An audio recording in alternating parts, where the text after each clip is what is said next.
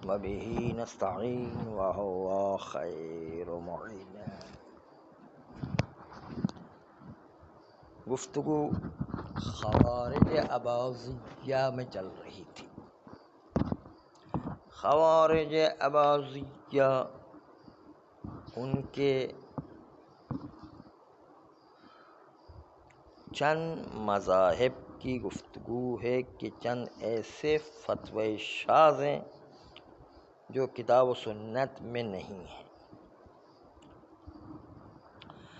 اباضیہ خوارج ادعا کرتے ہیں کہ وہ اصول اور بنیاد میں کتاب و سنت پر اعتماد کرتے ہیں، جبکہ انہوں نے عقل کو اس مرحلے تک پہنچا دیا ہے کہ عقل کی اہمیت کو قرآن و سنت سے زیادہ جانا ہے۔ کیونکہ قرآن و سنت سے ہماری عقل زیادہ کام کرتی ہے۔ وہ یوں کہتے ہیں کہ ان کی کتب عقائدیہ یہ خوارج اباضیہ کا کہتے ہیں کہ جب عقل کام کر رہی ہو تو ہمیں قرآن و سنت کی ضرورت ہی نہیں ہے۔ جس جگہوں پر عقل کام نہ کرے وہاں پر قرآن و سنت کو لیا جائے۔ یہ اس قسم کا عقل پر اعتماد کرنا ایک قسم سے غلو در حجیت عقل ہے۔ غلو در عقل، اور اسی وجہ سے ہم دیکھتے ہیں کہ ان کے فتاوی شاذہ موجود ہیں جو کتاب و سنت سے میل نہیں کھاتے ہیں، کتاب و سنت سے موافق نہیں۔ چند مثالیں آپ کے سامنے اسی خوارج کی پیش کر رہے ہیں۔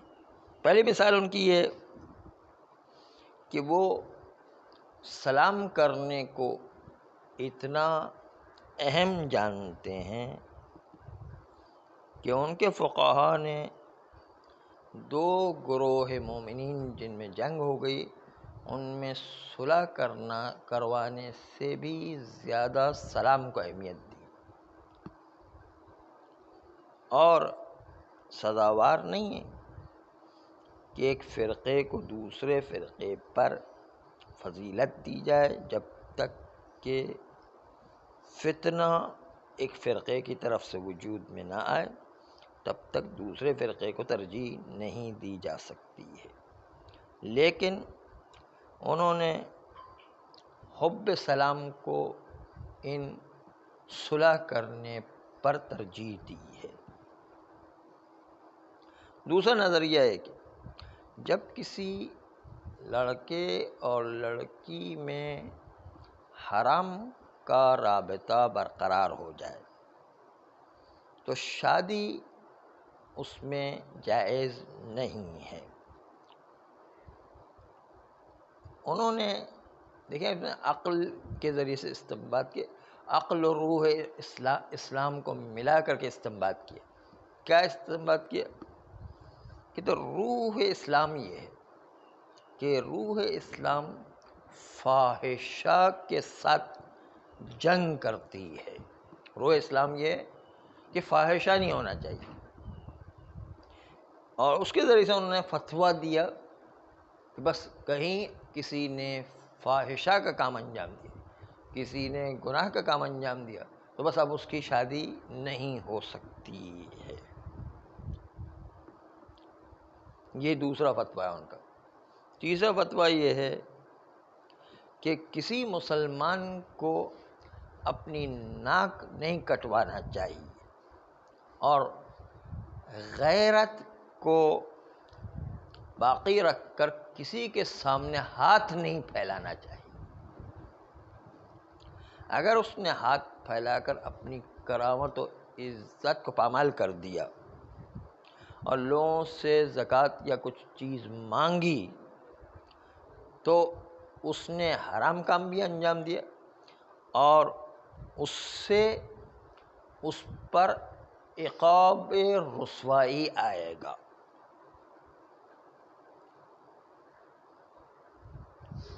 اور اس پر واجب ہے کہ وہ لوگوں سے بے نیاز ہونے کی کوشش کرے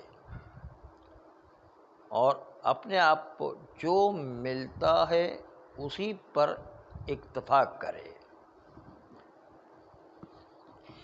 یعنی مانگنے کو اتنا حرام و عذاب کا سبب قرار دیا ہے کہ اب وہ گناہ گار ہے، کیوں مانگا؟ اپنی غیرت کو دوسروں کے سامنے کیوں پامال کیا؟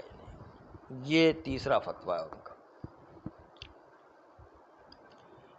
جیسا ہے اسی حالت پر گزارنا ہے، وہ کہتے ہیں کوئی اگر جو ہے اپنی سختی کو دیکھتے ہوئے کسی سے زکوٰۃ یا خمس یا کوئی اور چیز مانگ لیتا ہے تو اس نے گویا کہ ایک عظیم گناہ کیا اور عقاب کا سبب ہے، اور اس پر واجب ہے کہ دوبارہ لوگوں سے بے نیاز ہو جائے اور اپنے آپ کو جو ملے اسی پر اکتفا کرے۔